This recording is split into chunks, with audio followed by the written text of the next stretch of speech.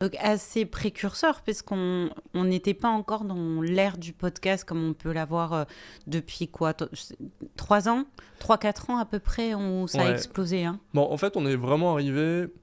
Moi, j'ai connu cette explosion-là vraiment quand on était en train d'arriver. Donc, D'accord, tu ok. vois, 2019, 2018-2019, ça commençait vraiment à se Ok, développer. Il y avait les premiers studios de podcast qui arrivaient. Tu vois, si tu connais un peu les studios de podcast, il y en a un qui est connu qui s'appelle Binge, ouais, bien qui en sûr. tout cas à l'époque a fait beaucoup de bruit. Bien sûr. Et Binge, sauf erreur de ma part, ils sont arrivés à peu près comme nous en 2018, début 2018 ou 2017, à peu près Ok. comme ça.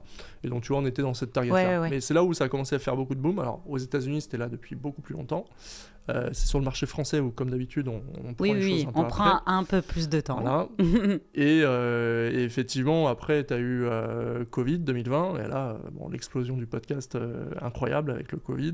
Et puis ça continue derrière. Ouais, c'est pour ça que je parlais de 4 ans. En fait, c'est ça, c'était autour du Covid, où Ouais. en fait, là où c'est devenu hyper... Enfin, tout le monde écoutait son épisode pendant le Covid, quoi. Ouais, mais d'ailleurs, moi, ce qui m'a surpris, parce que j'ai l'impression, en tout cas moi, dans mon utilisation personnelle, le podcast, c'est plutôt une utilisation en déplacement. J'aime bien écouter des podcasts quand je me déplace.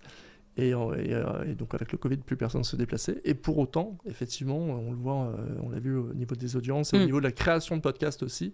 Il y a eu énormément de podcasts qui se sont créés. Alors c'est logique aussi, tout le monde était à la maison, tout le monde avait envie de faire quelque chose de Avait son temps envie libre. de faire des choses et s'ennuyer, et avait besoin de tuer le temps. Ouais, mais beaucoup de sujets créatifs en Bien plus. sûr. Et donc sur le podcast, on a eu beaucoup de demandes de création de podcasts dans cette période.